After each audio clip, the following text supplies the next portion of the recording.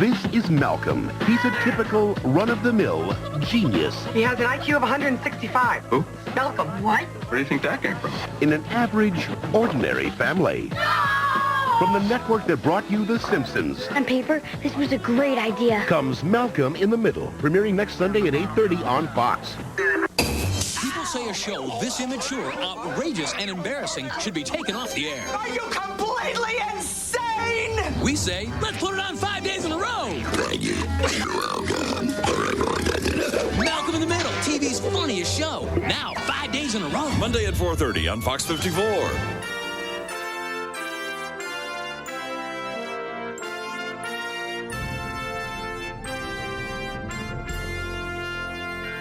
Sitcom, all ye faithful, a Christmas podcast special, where for the third time I discuss 25 Christmas sitcom episodes. Please come and listen every day up through Christmas. I'm sure we'll feature Jeannie, the Tanners, and Nell Harper, Chandler, Big Mr. Roper. It will be dynamite. We'll definitely feature a character who says dynamite. Have you ever heard of a little show called Malcolm in the Middle? Have I? Change the game. Change the game, Frank. That it did. One of the greatest shows of all time. Yes, no, maybe. I don't know. Can you repeat the question? You're not the boss of me now. You're not the boss of me now. You're not the boss of me now, and you're not so big. You're not the boss of me now. You're not the boss of me now. You're not the boss of me now, and you're not so big. Life is unfair. So Happy Thursday, everybody. It's the 14th day of December, and that means it's the 14th day of a sitcom, Yali Faithful. And today, I'm talking about a show that, it defines to me the word underrated. The boys from Patty's Pub had it correct. When everyone thought, on this episode of Always Sunny in Philadelphia this year, they had Bryan Cranston on. When everyone thought, hey, do you remember the show Breaking Bad? Everyone thought they were going to say that. They did the old switcheroo and said Malcolm in the Middle. In fact, the whole episode, they thought Aaron Paul from Breaking Bad was Malcolm. They kept calling him Malcolm. And I have to say that, first of all, I mean, it's a funny joke, but at the same time, to me, when they say it changed the game, I don't know if it changed the game, but it is such a silly, great show that I don't think gets the love it deserves. Or at least I don't feel like I hear it talked about in a way that I think it deserves. When people talk about sitcoms all the time, they people talk about Seinfeld and Friends and The Office, these all-time great shows, and I don't think enough people talk about how good and how silly, how great Malcolm in the Middle is because of how good and how silly it is and how well acted the show is. I mean, I don't think they realize, well, maybe they did realize. I don't think the world realized what they had when they had Bryan Cranston on that show. I distinctly remember saying, this guy is hilarious, and I don't think I even realized at the time that he was Tim Whatley from Seinfeld, and I think he was also a neighbor on King of Queens for a few episodes. But to me, this is the show that put him on the map of being hilarious. And then Breaking Bad, I was like, oh my God, I didn't realize this guy's just amazing all around. The show's called Malcolm in the Middle. What's it about? It's about Malcolm, no last name. I love that about this. I talked about it yesterday with Charles. Today, not only do they have no last name, they lean into it. They jokingly never mention the last name. I think they bring it up, and it's like noises are played or something, like a microwave goes off, a blender goes off while they're saying the last name. It's just Lois, Hal, Francis, Reese, Dewey, and Malcolm. And then, of course, I forgot is that there's Jamie, baby Jamie, in this episode. She came on later in the show for a family that's struggling. There's another show that I think is also underrated called The Middle. It's about living in middle America and just, kind of, you're not this rich sitcom show where everything's perfect. That's not what this is about. Even though it's kind of has that going, the main, if you said tagline for the show, you'd say, in a family of like goofy misfits, Malcolm is this boy genius who's in the special program. And that's another thing I love, that the special program is called Krellborn, which is the last name of Seymour in the greatest musical of all time, Little Shop of Horrors. Yes, I say that with conviction. I say that with also driving home today from another day of jury duty.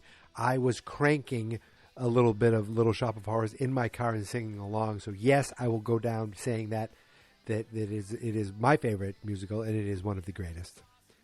Underrated, I'll say too, because everyone wants to talk about those fancy ones.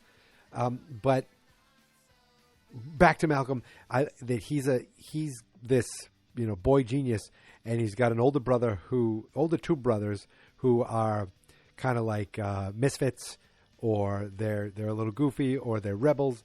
You got a younger brother who's taking more after the older brothers, but he's also kind of a hidden genius, I feel like, himself sometimes. Then in the later seasons, you get even the Lois, the youngest younger brother, and you get the parents, Lois and Hal. Lois being this more hard-nosed, more strict mother, and you got Hal, who is the goofy, silly dad. Kind of reminds me a little later on, not quite, but later on, Phil in Modern Family, who is also just a great, incredible character. Bryan Cranston as Hal in this whole episode is kind of it spotlights him. The show's Malcolm in the Middle, but there's a lot of episodes where it's Hal this, Hal that, and the title of this episode is Hal's Christmas Gift. So they have almost no money, to go around. They count it out. They have it all written like in bills and in change on their kitchen table. They have $96 that they need to spread out amongst 4 boys. And you realize, because they have Reese, Malcolm, Dewey, and Jamie. But they also have the older son who is out with his wife. He got married later on. I remember in these later episodes, he always was doing something. He was sent away to it felt like he was always he was in the family, but he was always kind of on his own, almost had his own little thing going on. He was in military camp. Then later on, he's working for a ranch. That's where we are. And I don't remember the full order. I feel like there was a third thing too. But at this point, he's got a wife, and they don't think of him coming home. He says, we're going to come home and spend time with you on Christmas. Oh, great. Now we have to get 6 gifts. And Lois is like 5. The two of them, they're one person. They can share a gift. So they need to figure out all these gifts that they can, 5 gifts that they can get are $96 for all these boys. And that actually goes belly up, because while they were out shopping, or while Lois went out shopping, a woman opened her car door and dinged into Lois's and didn't say sorry. So Lois is like, excuse me, all you had to say was sorry. And the woman's like, don't worry, calm down. So Lois opened her door. And then the woman opened her door. And then Lois opened her door and smashed it a few times. And then the woman smashed her door.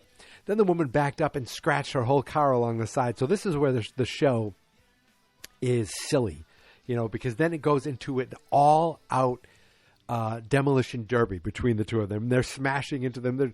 They're like backing into each other. At one point they're crashing into each other so much that then they turn and they're facing each other, and they floor it like they're going to do this game of chicken. But they both smashed their cars up so much that the cars are slowly rolling down the road. And then at one point you see this old woman pushing her shopping cart, walking by the cars as the cars are roaring, and they're screaming, and Lois is like, ah, and then she goes back to the house. We cuts over and she goes, I don't know what happened. I lost it. I felt like I was watching a crazy person, but the crazy person was me. And he goes, well, Hal goes, well, the important thing is that the cops were there and they didn't see it. So she was able to get away. But what did happen was now they have no money because she had to use all that money to repair the car. And Reese was like, what? No, we're just going to have to cancel Christmas this year. No, and they said, you know what? Nope. It's going to be a homemade Christmas. This year, everyone talks about, all these material things. All we need to do is make gifts for each other, and that's the important thing. So the kids aren't happy about it, but that's what they're going to do. Meanwhile, while this is going on, Malcolm also has the power of Zach from Zach from Saved by the Bell, and various other characters where he will turn and he will talk to the camera. I was going to say also Kevin Spacey in House of Cards, but let's leave Kevin Spacey out of this. He'll break the fourth wall and he'll talk to you, and Malcolm has done that. And in this episode, he's telling us, he's bored. He's just bored, and he. His brothers come in and they were like, whoa, we had so much fun. We were running riding our bikes with our eyes closed through the graveyard. They were talking about, he hit one headstone, then smashed into another one, and they're all dirty. And Malcolm's like, how come you didn't ask me to go? I was like, oh, I thought we did. He goes, no, you didn't. I would have gone. He goes, my feelings are hurt. And they go, your feelings are hurt? Like they make fun of him for having feelings. So he doesn't want to say he has feelings. And throughout the episode, he sees Reese and the youngest one, Dewey, kind of bonding more. They have a special handshake, and Malcolm is like, why am I not part of this? And later he talks to his older brother, and he's like, hey, how do you deal with that? It's like, Francis, he goes, it's not a big deal. It's the way it is. At the house, I was the favorite one. He's like, no. And Francis is like, I was the favorite one. But at the house now, it's obviously, and I'm sorry. Then Malcolm goes, no, I'm the favorite one at the house. He goes, no, that's Dewey. You just got to deal with it. And then he found out that Francis took Dewey and Reese to the beach, but they didn't want to bother Malcolm because he was at his friend's house. He was like, I was 2 blocks over. You drove by me. You could have asked me. So Malcolm feels left out. He later brings it up to the brothers. He's like, you know what? I feel left out all the time. They're like, well, sorry, we just don't ask you because you're boring and because you always make it about you, like you're doing right now. And so they finally, he finally stood up for them later, but I'll get there. I'm jumping ahead of things. And actually, the beginning of the whole episode is Reese throwing a ball against the wall. He's bored. He knocks over this crappy painting that has like a flower on it, but he's all nervous. He's like, oh, God, it ripped. And he goes and he gets some glue, and you kind of see something's under the painting, but you don't really notice. And he takes the glue, and he starts gluing the thing and glues the picture shut. But before he does, he looks down and he looks at this word on the painting that's underneath this painting. He goes, Pick-ass-o. And he covers it, and you realize that they have a painting in their house that's covering a Picasso that obviously would make them rich, but they're just living paycheck to paycheck or even worse. So just silly things like that with the show is so great. So with the Christmas stuff, they're doing a handmade Christmas. So they're like, Hal, come on, all the kids are ready. And Hal's doing the finishing touches on this homemade boggle he made with egg crates. And he made little stick figures out of popsicle sticks with all their faces on it. He goes inside and he's like, all right, he's ready to show his gifts. First, Dewey goes with his gifts, and it's this beautiful frame he made with a photo of his mother, that like the best photo of the mother that he found with all of Hal's favorite things on the frame. He's like, "You made this?" He goes, "Yes, I even glued the one jumble you got correct." Then we show Reese jarred jellies and candies for them. That he had extra candy, so he did jellies. And and the dad's like, "You made this?" And he looks back at his bag, and it's garbage. And then Malcolm hands him these 2 handmade wooden clocks. He says, "You made these?" He goes, "Yes, I looked up how to do it. And I borrowed the. It was like really silly, over the top, beautiful clocks. I borrowed from shop class." He's like, "Oh my God!" So all of a sudden he feels crappy about his gifts. So he goes, "What about our gifts, Dad?" He goes, "Well, they're not here right now." You know, the whole thing where in TV world, like you'd be like, "Huh? What are you saying, Dad?" But in the show, they're not even picking up on it. Like how nervous he is. He's like, "Oh, they're too good to be here right now." Like, "Oh, are they outside hidden?" And he goes, "Well, let's go find out." It's like a scavenger hunt, and Bryan Cranston is killing it. And he's so funny. He's like, "Oh, keep looking, guys." And then Francis shows up, and everyone's there. And then he goes, "You know what? It's not here. Our gift is so good, it's not here." So he piles them all in the car and starts driving. And Lois knows something up. He has no idea where he's going. So he starts driving. And Dewey's like, "We're going to Disney World." He goes, "It's 10 times better than Disney World." So they're like, "Hal, you Lois says, "Listen, Hal, I don't know what you're doing, but they stopped at one point to use the restroom. He stays in the car, and she's like, "What are you doing?" He goes, "I don't know." Okay. He goes, "Please, just back me up on this. I need to give them a good Christmas. These kids are so good. Look what they gave me. Look at these gifts they gave me. I need to give them a good Christmas, but I don't know what I got to do."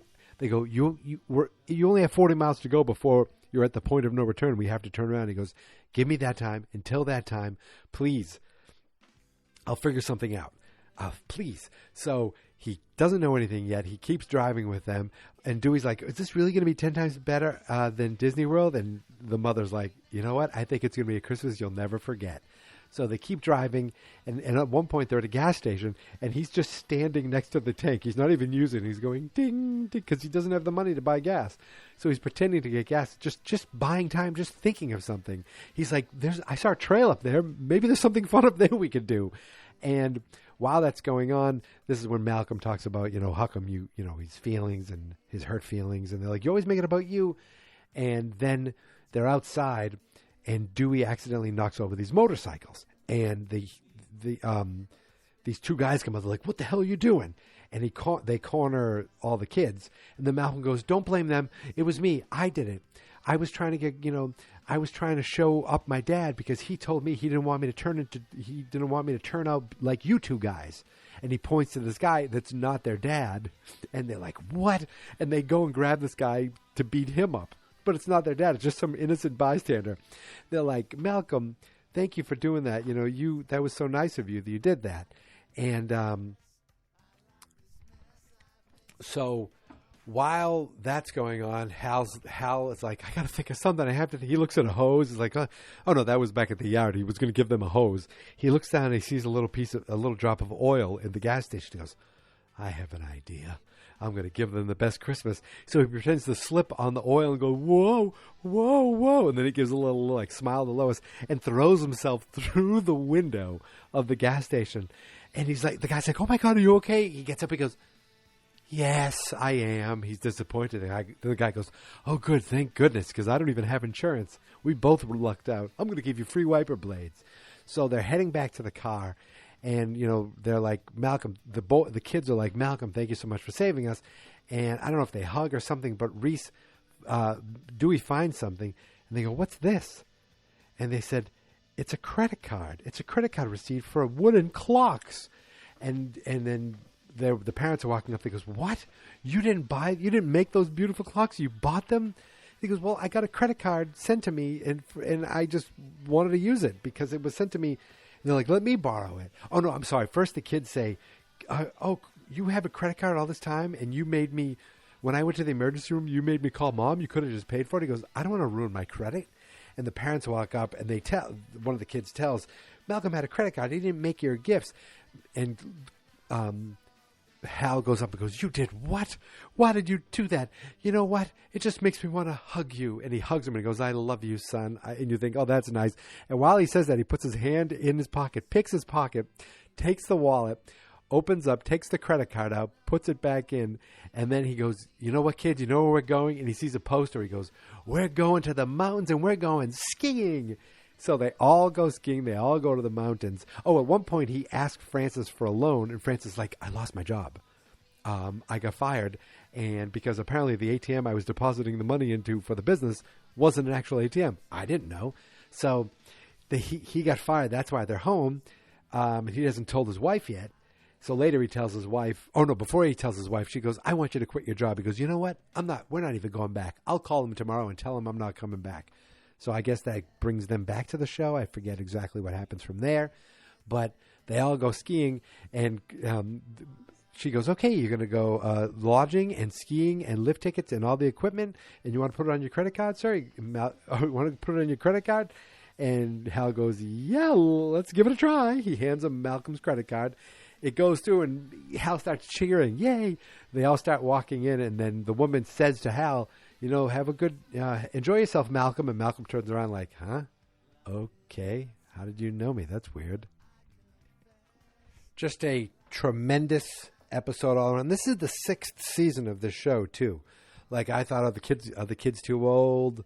Is it gonna be as good? It was like, I looked up, what's the best?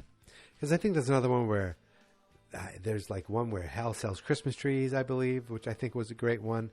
But I chose this one because I literally typed in rank the episodes. I read something quick that talked about how funny this episode was. I said, you know what, I'm going for it, and I am pleased that I chose this one.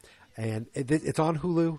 If you want to go watch Malcolm in the Middle, I suggest you go on Hulu and just binge the whole thing. It's a worthwhile show.